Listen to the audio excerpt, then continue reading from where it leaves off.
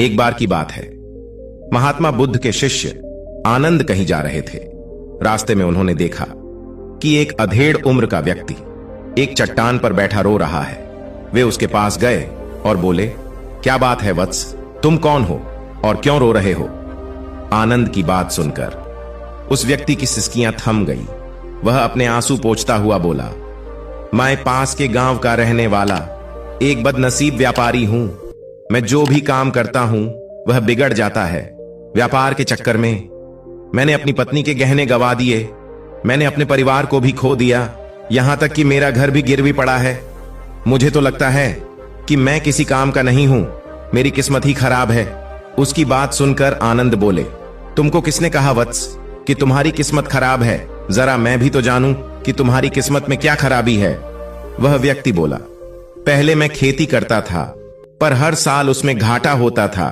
कभी सूखा पड़ जाता तो कभी ज्यादा बारिश के कारण फसल बर्बाद हो जाती। इससे परेशान होकर मैंने व्यापार करने का निश्चय किया। मैंने पत्नी के गहने बेचकर अपना व्यापार शुरू किया, लेकिन मेरा व्यापार नहीं चला। शुरू में परिवार वालों ने मेरा साथ दिया, लेकिन जैसे जैसे मुझे नुकसान होने लगा, मेरे परिवार वाले भी मुझसे दूर हो गए। मैं यह सब उनके लिए ही कर रहा था, लेकिन अब वे लोग मुझे देखकर नजरें फेर लेते हैं और मुझे ही मेरे परिवार की दुर्दशा का जिम्मेदार ठहराते हैं। उस व्यक्ति ने एक लंबी सी सांस ली और फिर बोला कि मेरा एक मित्र है, उसने भी मेरे साथ अपना व्यापार शुरू किया था। उसका व्यापार अच्छा चल रहा है। वह जब भी मेरे घर आता है तो अपनी सफलता की कहानियां सुनाता है। उसकी बातें सुनकर मेरे घर वाले भी कहते हैं कि उसे देख और कुछ सीख। हमें तो लगता है कि तेरे वश का कुछ भी नहीं है। उन लोगों की बातें सुन सुनकर अब तो मुझे भी लगने लगा है कि शायद मेरे वश का कुछ भी नहीं है। अब तो मुझे अपना जीवन ही व्यर्थ लगने लगा है। मेरे मन में ख्याल आता है कि अपना जीवन ही समाप्त कर लूं। मैं यहां आया भी इसी इरादे से था, लेकिन हिम्मत नहीं कर पाया, इसीलिए यहां एकांत में बैठा विलाप कर रहा था। आनंद बोले, अच्छा तो ये बात है। वैसे क्या तुम इसके अलावा कुछ और भी कहना चाहते हो? उनकी बात सुनकर वह व्यक्ति बोला, एक ओर मेरा हर काम खराब हो जाता है, दूसरी ओर मेरा मित्र है जो हर समय मुझे नीचा दिखाने का प्रयत्न करता रहता है। मुझे समझ में ही नहीं आता कि मैं क्या करूं। आनंद बोले, क्या तुम अपने मित्र की बातें सुनकर दुखी हो जाते हो? उस व्यक्ति ने जवाब दिया, हां, मैं उसकी बातें सुनकर स्वयं दुखी हो जाता हूं। आनंद ने पूछा, तुम्हें किस बात का दुख होता है? अपने असफल होने का या फिर मित्र के सफल होने का? उनका सवाल सुनकर वह व्यक्ति एक पल के लिए दुविधा में पड़ गया। फिर वह बोला, अगर सच कहूं तो मुझे अपने असफल होने का उतना दुख नहीं होता है जितना कि मित्र के सफल होने का होता है। फिर आनंद ने प्रश्न किया, अर्थात यदि तुम्हारा मित्र असफल हो जाए तो तुम्हें खुशी होगी? वह व्यक्ति बोला, हां, मुझे बहुत खुशी होगी। इसका मतलब है कि तुम्हारी खुशी तुम्हारे मित्र पर निर्भर है। आनंद बोले, अगर वह चाहे तो तुम्हें खुश कर सकता है और अगर वह चाहे तो तुम्हें दुखी कर सकता है। तुम स्वयं से न तो खुश हो सकते हो और न ही दुखी हो सकते हो, अर्थात तुम अपने मित्र के गुलाम हो गए हो, इसलिए तुम्हारा कुछ नहीं हो सकता। ऐसा न कहें महात्मन। उस व्यक्ति ने हाथ जोड़ दिए, आपकी बातें सुनकर मुझे कुछ आशा बांध रही है। आनंद बोले, जब हम किसी से आशा बांध लेते हैं तो उस पर निर्भर हो जाते हैं।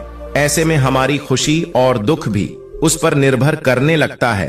इससे बेहतर है कि तुम अपने आप से आशा बांधो। जब तुम ऐसा करोगे और साथ ही पूरे जतन से काम करोगे तो तुम्हें सफलता अवश्य प्राप्त होगी।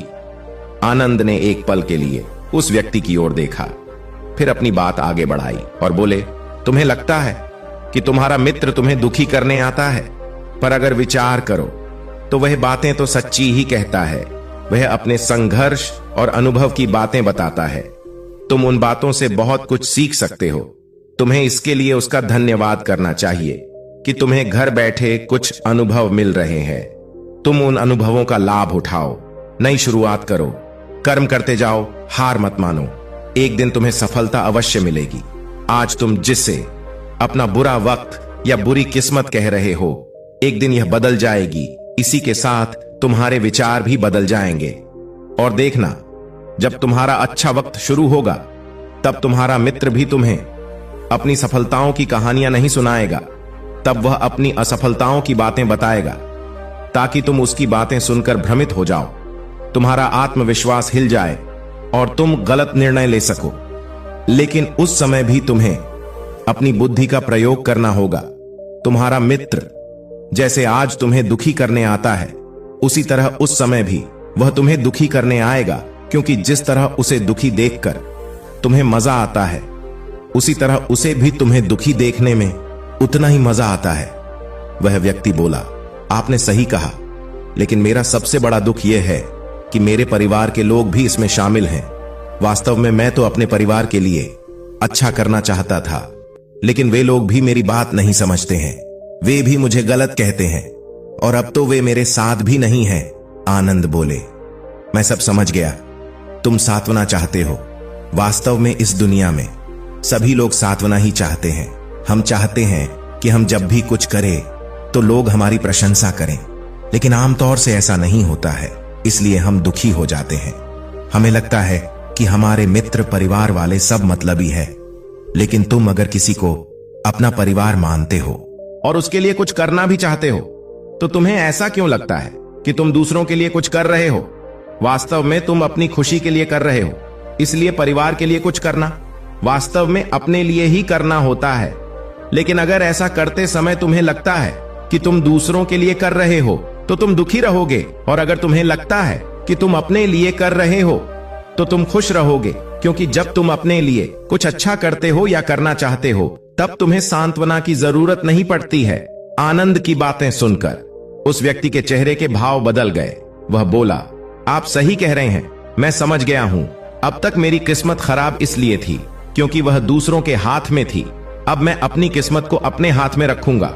मैं फिर से प्रयत्न करूंगा, पूरे मन से काम करूंगा, और जब तक सफलता नहीं मिल जाती तब तक चैन से नहीं बैठूंगा। उस व्यक्ति की बात सुनकर आनंद मुस्कुराए और उसे एक छोटी सी डिबिया देते हुए बोले, इस डिबिया को हमेशा अपने पास रखना।